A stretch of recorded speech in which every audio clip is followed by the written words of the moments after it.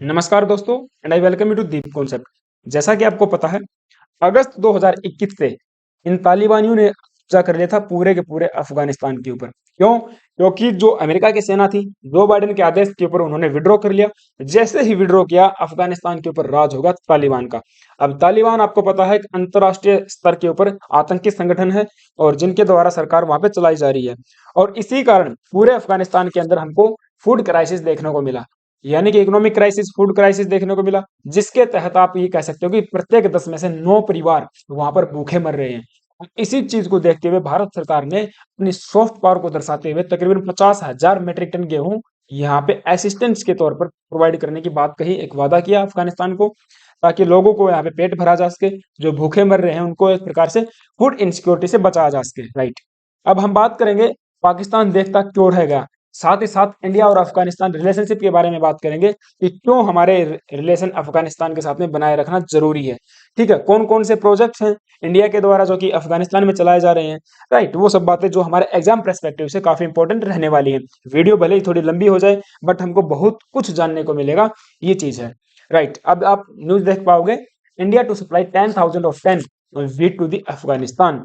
अब हमने बताया कि 10,000 भेजने वाले हैं, यानी कि 10,000 टन आप गेहूं भेजोगे तो ये चीज हो जाएगी पांचवी किस्त। क्योंकि जो 50,000 का जो हमने वादा किया था, उसमें से 40,000 टन गेहूं पहले ही भेज चुके हैं हम लोग। ठीक है, ये 40,000 पहले जा चुका है। अब बची हुई पांचवी किस्त को भेजने के लिए एमओयू साइन किया गया है with the UN, that is the UN की एक बॉडी है, वर्ल्ड फूड प्रोग्राम। अब ये जो गेहूं भेजने वाले हैं या फिर जो पहले गया है, ये आपका गेहूं यूएन के वर्ल्ड फूड प्रोग्राम के तहत अफगानिस्तान में गया है। ठीक है, अब जो पहले हमने 40,000 भेज दिया था, 40,000 टन जो गेहूं भेजा था, उसके तहत बताइएगा कि तकरीबन 23 मिलियन लोगों को यहाँ पे जो कि फूड इनसिक्योरिटी फील कर रहे थे, उनको खाना प्रोवाइड करवाया गया है। ये वाला गेहूं काफी मददगार साबित होने वाला है अफगानिस्तानियों के लिए, क्योंकि अल्टीमेटली देखिए, हमारी जो अप्रोच रहती है इंडिया की, ऑलवेज पीपल सेंट्रिक रहती है। हम लोग लोगों की भलाई के लिए काम करते हैं, चाहे सरकार वहां की कैसे भी हो। या फिर म्यांमार की बात कर लीजिए, आप श्रीलंका की बात कर लीजिए, इधर आप चाहे अफगानिस्तान या पाकिस्तान की बात कर लीजिए। ठीक है, या टर्की की बात कर लीजिए। जब कभी भी हमारे पड़ोसियों को या फिर किसी भी देश को जरूरत पड़ी है, इस प्रकार से अगर कोई ना कोई असिस्टेंस की जरूरत पड़ी, यानी कि ह्यूमैनिटेरियन असिस्टेंस की जब बात आती है, तो भारत कभी भी पीछे नहीं हटता है। राइट, तो हम बात करते हैं अब देखिए चाबहार पोर्ट की।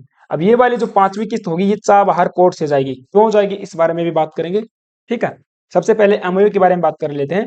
मुंबई के अंदर ये एमओयू साइन किया गया है। जेपी सिंह जो हमारे ज्वाइंट सेक्रेटरी हैं, पाक अफगान ईरान डिवीजन, ये एक डिपार्टमेंट है जो कि आता है under the ministry of external affairs. Right, इसके साथ साथ दूसरी बॉडी कौन होगी, एलिजाबेथ फ्यूरे, जो कि रिप्रेजेंटेटिव है एंड द कंट्री डायरेक्टर हैं of food programme in India.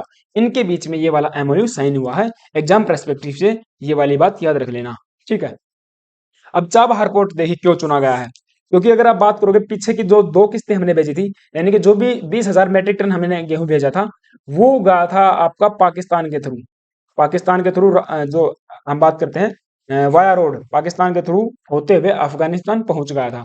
क्योंकि उस टाइम पे जब सरकार थी पीएम इमरान खान की, उनके साथ हमने एक समझौता किया कि भाई जो हम अफगानिस्तान को असिस्ट करने वाले हैं, ये गेहूं आपके थ्रू चला जाएगा, तो ताकि एक प्रकार से कॉस्ट भी बचेगी और समय भी बचेगा। तो इस चीज के लिए इन्होंने समझौते के ऊपर हस्ताक्षर कर लिए थे। लेकिन पाकिस्तान के अंदर अगर हम देखते हैं, जो फ्लड्स आई थी, बाढ़ के कारण वो वाला रास्ता, एक प्रकार से जो शिपमेंट वाला रास्ता था, रुक गया था। और जो हमने टाइम पीरियड जो निर्धारित किया गया था, वो वाला भी टाइम पीरियड अब समाप्त हो गया है। इसीलिए पाकिस्तान के साथ में दोबारा से यहाँ पे मीटिंग्स की गई, टॉक की गई कि क्या जो बचा हुआ हमारा गेहूं है, हम आपके रास्ते से भेज पाएंगे, भेज सकते हैं। तो पाकिस्तान ने साफ साफ यहाँ पे मना कर दिया है। जो एक्सटेंड करने की बात की जा रही थी इसको, इस एमओयू की, इसको इन्होंने क्या कर दिया, नकार दिया है। ठीक है, इसीलिए अब हमने चाबहार को चुना है। अगर आप देखोगे पहले 2021 से पहले भी जो भी असिस्टेंस हमको अफगानिस्तान को प्रोवाइड करवानी थी, तो हम चाबहार पोर्ट का ही यूज करते थे। हम बात करेंगे चाबहार पोर्ट के बारे में। ये वाला मुंबई होगा आपका, मुंबई से यहाँ पे चलते हैं जो भी शिप होंगे, और कहाँ पे पहुंचेंगे, चाबहार पोर्ट के अंदर, जो कि आपको पड़ता है ईरान के अंदर। मैं बता दूं, ये ईरान का जो पोर्ट है चाबहार, ये इंडिया के द्वारा ही डेवलप किया गया है। अब ईरान से होते हुए, ईरान के थ्रू ये वाया रोड होते हुए अफगानिस्तान पहुंचेंगे। और अफगानिस्तान हमको एक्सेस प्रोवाइड करवाता है to the central Asian countries, ये भी हमारे लिए काफी इंपॉर्टेंट रहने वाला है। हम इसके बारे में भी आगे बात करेंगे, ठीक है। तो ये चाबहार पोर्ट हो जाएगा ईरान के अंदर। अब इस रास्ते से आपको याद रखना है, गेहूं जाएगा। पहले कहां से कहा था? पाकिस्तान होते हुए। अब पाकिस्तान ने ये वाला रास्ता क्या कर दिया? ब्लॉक। ब्लॉक तो क्या कर दिया, जो हमने एमओयू साइन किया था यहाँ से, वो वाला उसका जो टाइम पीरियड था वो समाप्त हो गया है। टाइम पीरियड बढ़ाने के लिए टॉक्स चल रही थी, वो फेल हो गई है। इसीलिए अब अनाउंसमेंट किया है इस वाले रास्ते से, ठीक है। ये चीज है। अब ये जो JWG है, that is the joint working group, इसकी मीटिंग हुई थी दिल्ली के अंदर अफगानिस्तान के ऊपर। It was the first meeting of India central Asia joint working group of Afghanistan on Afghanistan in India. तो ये पहले मीटिंग थी और इसके तहत भी ये वाली बात की गई थी कि जो पाकिस्तान है ना, पाकिस्तान के साथ टॉक्स की गई थी कि ये वाला रास्ता अगर आप खोल देते हो तो हम लोग गेहूं भेज पाएंगे इंडिया से अफगानिस्तान के अंदर। लेकिन ये जो टॉक्स थी मैंने बताया फेल हो गई है, इसीलिए आगे बात नहीं बन पाई है, ठीक है। अब इसी मीटिंग के दौरान एक चीज और निकल के आई थी कि इंडिया ने यहाँ पे एग्री किया है to offer customised capacity building course for the UNODC, that is the United Nation office on drugs and crime. क्योंकि मैं बता दूं आपको, अफगानिस्तान के अंदर जो ड्रग क्राइसिस है वो भी बहुत ज्यादा आपको देखने को मिलेगा। अब इसके तहत ये जो प्रोग्राम हमने लॉन्च करने वाले हैं, इसके तहत जो ऑफिशियल्स होंगे और जो स्टेक होल्डर्स होंगे उनको यहाँ पे ट्रेनिंग प्रोवाइड की जाएगी इंडिया के द्वारा, ठीक है। साथ ही साथ यहाँ पे एक ये भी बताया कि कोऑपरेट किया जाएगा on the initiative to counter the drug trafficking and rehabilitation effort for Afghanistan. क्योंकि अफगानिस्तान के अंदर हम देखते हैं तो वीमेन स्पेशली यहाँ पे ड्रग्स एडिक्टेड बहुत ज्यादा हैं। ये आप देख पाओगे इस तस्वीर के अंदर किस प्रकार से नशा फूका जा रहा है। लोग वास्तव में बताया जाता है कि कम से कम 80% से ज्यादा 80% से ज्यादा जो ओपियम है ना और हीरोइन है, इसकी खेती और इसकी जो स्मगलिंग है वो अफगानिस्तान से ही होती है। क्योंकि अल्टीमेटली अफगानिस्तान के जो अंदर तालिबान बैठा है उसको पैसा कहाँ से आ रहा है? उसको पैसा इसी ओपियम से या फिर इसी हीरोइन की खेती से, जो नशे वाली चीजें है ना, ड्रग्स वगैरह, इन्हीं से आता है उनको, ठीक है। पूरे विश्व भर में सप्लाई करते हैं, राइट। तो ये चीज है।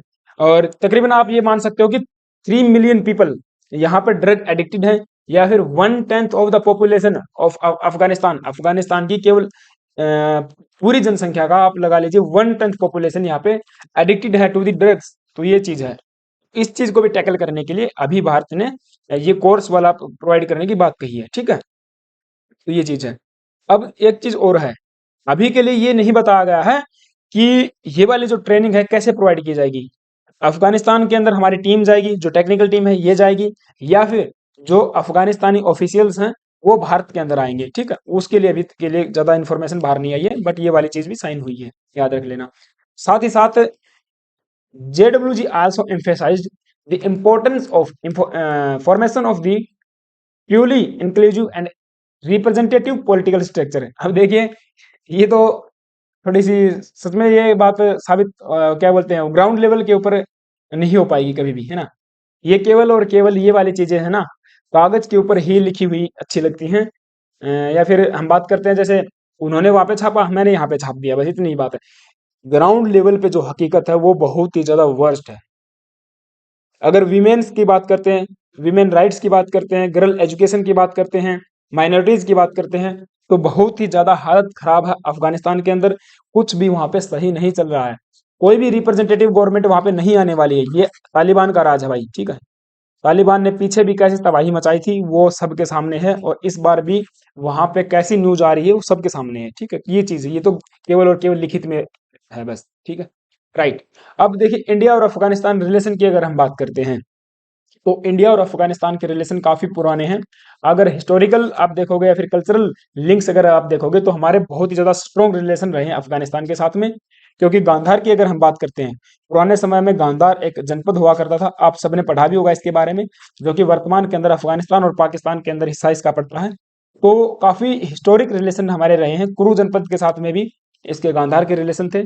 और अगर हम बात करते हैं जैसे कल्चरल रिलेशन की, तो उसके साथ साथ वो हमारे जो टाइज हैं इंडिया के वो भी काफी बेटर हैं। ये चीज है। दूसरा, अब अफगानिस्तान के अंदर ये तालिबान लगा लीजिए या फिर कोई दूसरी गवर्नमेंट लगा लीजिए, उनके तहत भी ज्यादा काम नहीं हो पाया, जिसके कारण अफगानिस्तान एक प्रकार से आप देखोगे तो सिविल स्ट्राइफ या फिर हम कह सकते हैं कि जो वार्स हैं उसके अंदर ही उलझा रहा एक डिकेड तक, जिसके कारण वर्तमान में जो अफगानिस्तान है सबसे purest country in the world का टगमा जो स्टिग्मा है या फिर हम कह सकते हैं तगमा है लेके घूम रहा है। भाई है वास्तव में सबसे पूरेस्ट कंट्री में आता है। कोई भी आप रैंकिंग लगा लीजिए सबसे नीचे अफगानिस्तान का ही नाम आएगा। ठीक है, जो भी वर्ल्ड रैंकिंग वगैरह वगैरह जारी की जाती है उनके अंदर। अब इंडिया ने एक सिग्निफिकेंट रोल यहाँ पे हम कह सकते हैं कि निभाया है to reconstruct and rehabilitation of the Afghanistan. India ने अपना काम अच्छा किया है यहाँ पर। हमने रिकंस्ट्रक्शन का भी काम किया है। हम बात करेंगे आगे कि कौन कौन से प्रोजेक्ट इंडिया ने बनाए हैं और कौन कौन से ऑनगोइंग है। तो बहुत सारा पैसा इंडिया ने लगाया, तकरीबन ये बताया जाता है कि 2 मिलियन जो डॉलर है यहाँ पे हमने लगा रखा है अफगानिस्तान में, है ना। We believe that democracy and the development are the key instrument to ensure that Afghanistan become a source of regional stability. अब अफगानिस्तान के अंदर एक रीजनल स्टेबिलिटी आना बहुत ही ज्यादा जरूरी है, क्योंकि देखिए अगर हम बात करते हैं पड़ोसियों के घर में अगर आग लगती है ना तो लपटें हमारे तक जरूर आएंगी, याद रखना। अगर ये घर है पड़ोसियों का, यहाँ पर आग लगेगी ना तो इसके चारों तरफ जो घर है ना उसके अंदर लपटें जरूर आएंगी। इसीलिए इस रीजन के अंदर जो स्टेबिलिटी है वो आना बहुत ही ज्यादा जरूरी है। एक प्रकार से स्टेबल गवर्नमेंट होना चाहिए, डेमोक्रेटिक गवर्नमेंट होनी चाहिए। लोगों को अल्टीमेटली जो आधारभूत सुविधाएं होती हैं वो प्रोवाइड होनी ही चाहिए। ठीक है, ये चीज है। अब ये मैंने आपको बता दिया गांधार के बारे में। तो हमारे काफी कुरू जनपद के साथ में भी यानी कि हिस्टोरिक रिलेशन रहे हैं अफगानिस्तान के साथ में। ऐसा नहीं है कि आज नए रिलेशन हमने बनाए हैं। ठीक है, स्ट्रेटेजिक पार्टनरशिप की अगर बात करते हैं तो 2011 के अंदर जब अफगानिस्तान के राष्ट्रपति भारत आए थे, that is the Hamid Karzai, उन्होंने एक स्ट्रेटेजिक पार्टनरशिप एग्रीमेंट साइन किया था। और वर्तमान में जो सारी की सारी चीजें चल रही हैं जो आप देख पाओगे वो इसी एग्रीमेंट या फिर समझौते के तहत हो रहा है। ठीक है, मैंने बताया ना कि 2 मिलियन, शायद मैंने बोल दिया था, ये 2 बिलियन है। अराउंड 2 बिलियन यूएस डॉलर का इन्वेस्टमेंट हमने वहां पे कर रखा है अफगानिस्तान में। और इसी के साथ साथ भारत पांचवा सबसे बड़ा बायलेटरल डोनर बन जाता है इन दी अफगानिस्तान।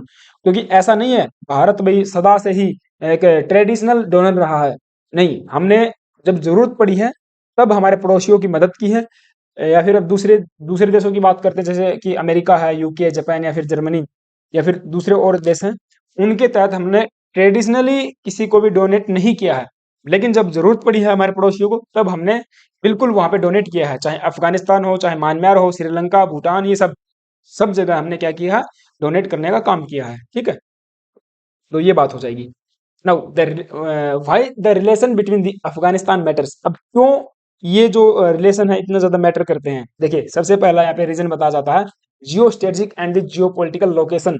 अगर आप लोकेशन की बात करोगे ना तो ये देखिए अफगानिस्तान की लोकेशन कुछ इस प्रकार से है कि अगर आप इधर में जाओगे वेस्ट में तो आपको मिडल ईस्ट देखने को मिलेगा।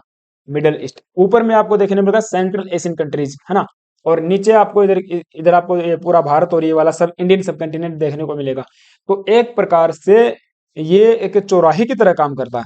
अफगानिस्तान इन सभी रीजन चारों तरफ के जो रीजन है इनको चौराहे की तरह काम करता है। मिडल ईस्ट में भी आपको एक्सेस प्रोवाइड करवाता है, सेंट्रल एशियन कंट्रीज को भी। और हमारे लिए तो काफी ज्यादा इंपॉर्टेंट है भाई, क्योंकि पाकिस्तान की अगर अल्टीमेटली हम बात करते हैं तो ये तो हमको रास्ता प्रोवाइड नहीं करवाएगा।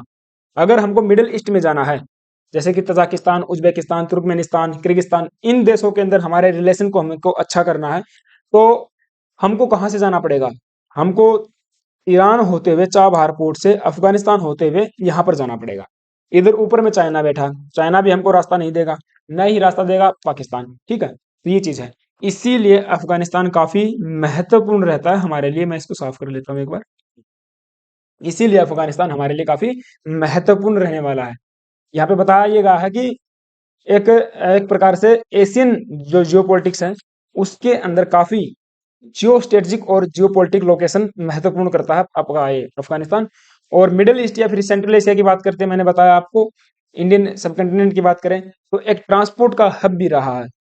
ठीक है, since the ancient silk route, क्योंकि एंशियंट सिल्क जो रूट था वो यही अफगानिस्तान से होकर गुजरता था। तो उस चीज को भी अगर आप देखोगे ना तो एक प्रकार से काफी इंपॉर्टेंट रहने वाला है अफगानिस्तान। ठीक है, और साथ ही साथ अगर आप देखोगे जो अफगानिस्तान की जो नेबरिंग कंट्रीज हैं तो यहाँ पे बताया जाता है कि 6 जो नेबरिंग कंट्रीज हैं जैसे कि ईरान, तुर्कमेनिस्तान, उज्बेकिस्तान, तजाकिस्तान और इधर चाइना, और इधर अगर आप इंडिया की बात करोगे तो ये जो पाक ऑक्युपाइड है कश्मीर है, ये वाला जो हमारा हिस्सा है, अगर ये हमारे हिस्से में आ जाए तो हमको भी पाकिस्तान के साथ में बॉर्डर एक प्रकार से हम शेयर करेंगे, ठीक है। ये छोटा सा बॉर्डर पाकिस्तान के साथ, सॉरी, अफगानिस्तान के साथ हम शेयर करते हैं, तो ये हमारे साथ में भी एक प्रकार से बॉर्डर को शेयर करता है इंटरनेशनली, ये चीज है।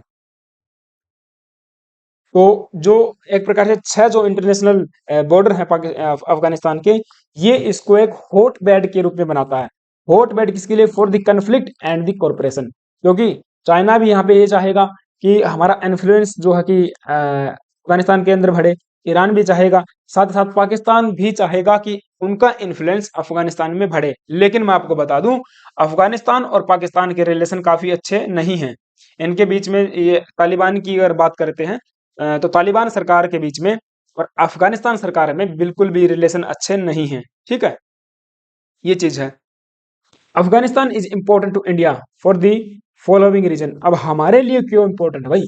हमारे लिए देखिए 5 पॉइंट यहाँ पे महत्वपूर्ण बताए गए हैं। जैसे कि सबसे पहला सिक्योरिटी, तो सिक्योरिटी वाले मैंने बात बताई भाई, देखो अगर पड़ोसियों के घर में आग लगती है तो लपटें हमारे तक आएंगी। अगर वहां पर आपको इंस्टेबिलिटी देखने को मिलेगी, वहां पर अगर आपको आतंकवाद देखने को मिलेगा, इंडिया को भी आंच वहां पर पहुंचेगी, ठीक है। साथ ही साथ हम चाहते हैं भी, देखिए पीपल सेंट्रिक अप्रोच लेके चलते हैं, लोगों को वहां पर कोई भी परेशानी नहीं होनी चाहिए। हमारे भारतीय भी वहां पर रहते हैं, या फिर अफगानिस्तानियों की बात करते हैं तो वो भी इंडिया के अंदर आते हैं, एजुकेशन प्राप्त करते हैं या फिर ट्रेनिंग वगैरह लेते हैं, ठीक है। स्किल डेवलपमेंट जो प्रोग्राम होते हैं उनके अंदर भाग लेते हैं, तो वो चीज हमारी चलती रहती है। इसीलिए एक stable Afghanistan is a crucial for regional and the domestic security and stability for India. साथ ही साथ कनेक्टिविटी प्रोवाइड करवाता है। मैंने बताया सेंट्रल एशियन जो कंट्रीज हैं उनको एक प्रकार से एक्सेस करने के लिए इंडिया को गेटवे का काम करता है अफगानिस्तान, ठीक है। एनर्जी एम्बिशन, अब एनर्जी एम्बिशन मैंने बताया, ये जो तापी गैस पाइपलाइन है, ये काफी हमारे लिए क्रूशियल और इंपॉर्टेंट रहने वाली है। जो कहां से कहां तक है? तुर्कमेनिस्तान से इंडिया तक।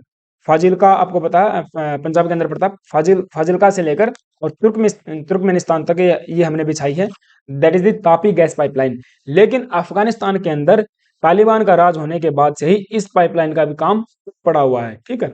ये काम अभी तक पूरा नहीं हुआ है, तो ये काफी हमारे लिए इंपॉर्टेंट रहने वाली है। अगर हमारे साथ हमारे रिलेशन अच्छे रहेंगे अफगानिस्तान के साथ में, तो ये वाला काम भी पूरा हो जाएगा, ठीक है।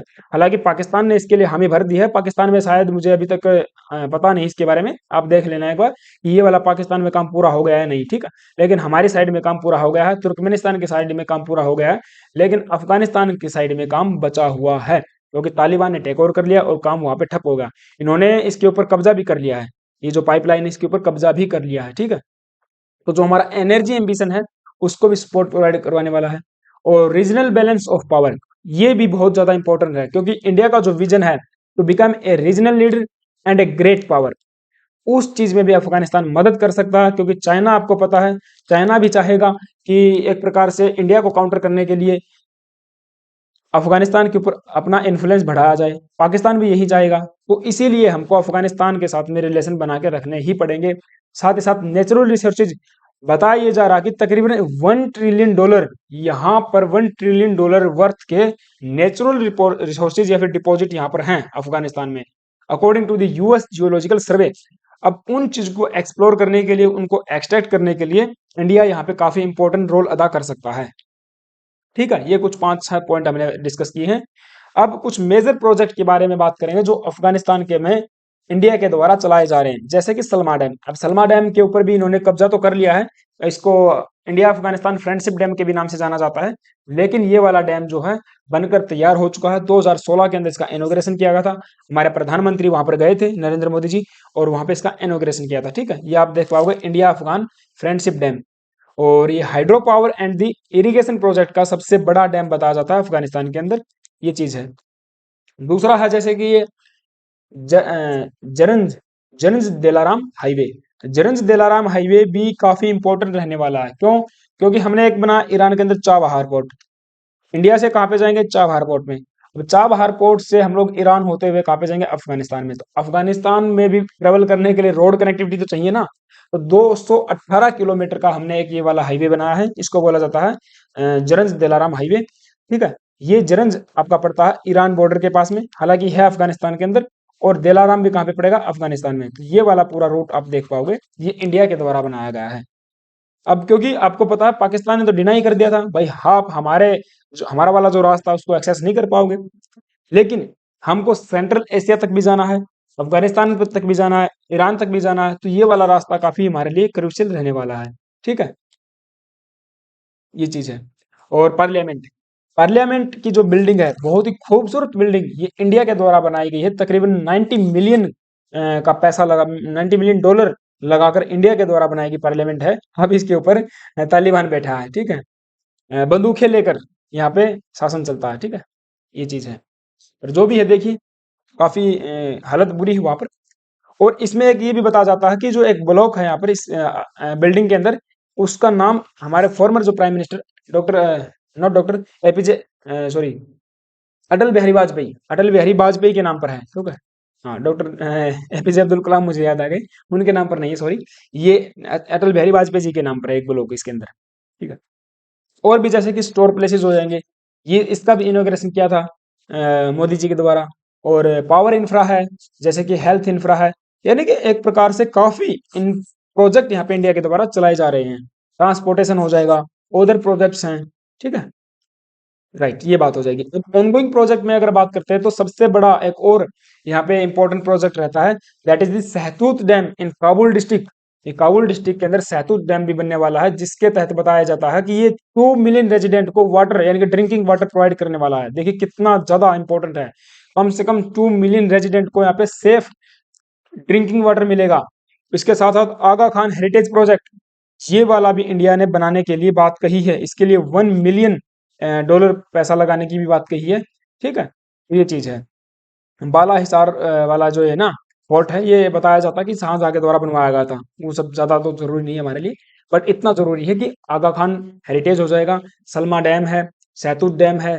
ठीक है, चाबहार पोर्ट वगैरह, ये सब चीजें कई बार पूछ लेता है कि कहाँ पर है, किसके द्वारा बनाई गई हैं। इस प्रकार से हमको चीजें याद रखनी पड़ेंगी। अब कॉमर्शियल रिलेशन की बात करते हैं तो देखिए, इंडिया की अगर हम बात करते हैं, हमारे लिए काफी लार्जेस्ट मार्केट है। ये जो अफगानिस्तान है, एक लार्जेस्ट मार्केट हो सकता है एक्सपोर्ट करने के लिए हमारे प्रोडक्ट्स को। एक नेचुरल ट्रेडिंग पार्टनर के रूप में हम अफगानिस्तान को देखते हैं।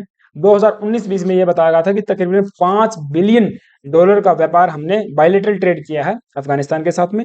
और इस चीज को बढ़ाने के लिए हमने एक dedicated freight corridor, air freight corridor, यानी कि एयर्स के माध्यम से भी हम लोग अफगानिस्तान के अंदर ट्रेड करने वाले हैं। 2019 के अंदर इस चीज के बारे में बताया गया था। और चाबहार पोर्ट तो मैंने आपको बता ही दिया है, ये ऑपरेशनलाइज हो गया था 2017 के अंदर, दिसंबर 2017 में। तब से काफी ज्यादा इंप्रूवमेंट हमको हमारे ट्रेड के बीच में देखने को मिला है। ठीक है, स्पोर्ट कॉर्पोरेशन की अगर बात करते हैं तो जो अफगानिस्तान के जो खिलाड़ी हैं, that is the under 14, under 17 boys और अंडर 17 गर्ल्स की फुटबॉल की जो टीम है, वो 2011 से भाग लेती है सुवर्तो कप के अंदर। सुवर्तो आपको पता है कि फुटबॉल का इंटरनेशनल कप है, टूर्नामेंट है, जो कि इंडियन एयरफोर्स के द्वारा प्रत्येक साल इसका आयोजन करवाया जाता है। ठीक है, इसके अंदर अफगानिस्तान के खिलाड़ी भाग लेते हैं 2011 से, क्योंकि 2011 के अंदर मैंने बताया ना, वहां के अफगानिस्तान के प्रेसिडेंट भारत आए थे और इन्होंने एक स्ट्रेटेजिक पार्टनरशिप एग्रीमेंट साइन किया था विद इंडिया। उसी के तहत ये सारी चीजें चलती हैं। और क्रिकेट की अगर बात करें तो अफगानिस्तान क्रिकेट बोर्ड जो है, वो उसको अलॉट किया गया है इंडिया ने 3 क्रिकेट ग्राउंड, होम ग्राउंड, जैसे कि नोएडा, देहरादून और लखनऊ। यानी कि जो अफगानिस्तान के खिलाड़ी हैं क्रिकेट के, वो हमारे यहाँ पर आकर नोएडा, देहरादून और लखनऊ के अंदर अपनी प्रैक्टिस कर सकते हैं और यहाँ पर एक प्रकार से अपना स्किल को डेवलप कर सकते हैं। ठीक है, ये अलॉट किए गए उनको। इसके साथ साथ क्रिकेट स्टेडियम की अगर हम बात करते हैं तो वो भी अफगानिस्तान के अंदर बनाए जा रहे हैं वेरियस प्रोविंस के अंदर बाय द इंडिया। तो ये कुछ स्पोर्ट्स प्रोग्राम इंडिया के द्वारा चलाए जा रहे हैं। साथ ही साथ highly impact community development program project भी इंडिया के द्वारा यहाँ पे चलाए जा रहे हैं। देखिए, ये एक प्रोजेक्ट है, high impact community development project. इसके तहत क्या होगा, इसके तहत education, health, water management, government buildings, sport facilities, agriculture, irrigation, इन सब के अंदर इंडिया तकरीबन 120 मिलियन डॉलर का यहाँ पे निवेश करने वाला है। और काफी हद तक निवेश किया भी जा चुका है इसके अंदर। ठीक है, ये 2005 के अंदर इस चीज की घोषणा की गई थी और 2005 से लेकर अब तक, हाँ, ये 120 मिलियन तो निवेश हो चुका है और आगे भी इंडिया इसको जारी रखेगा।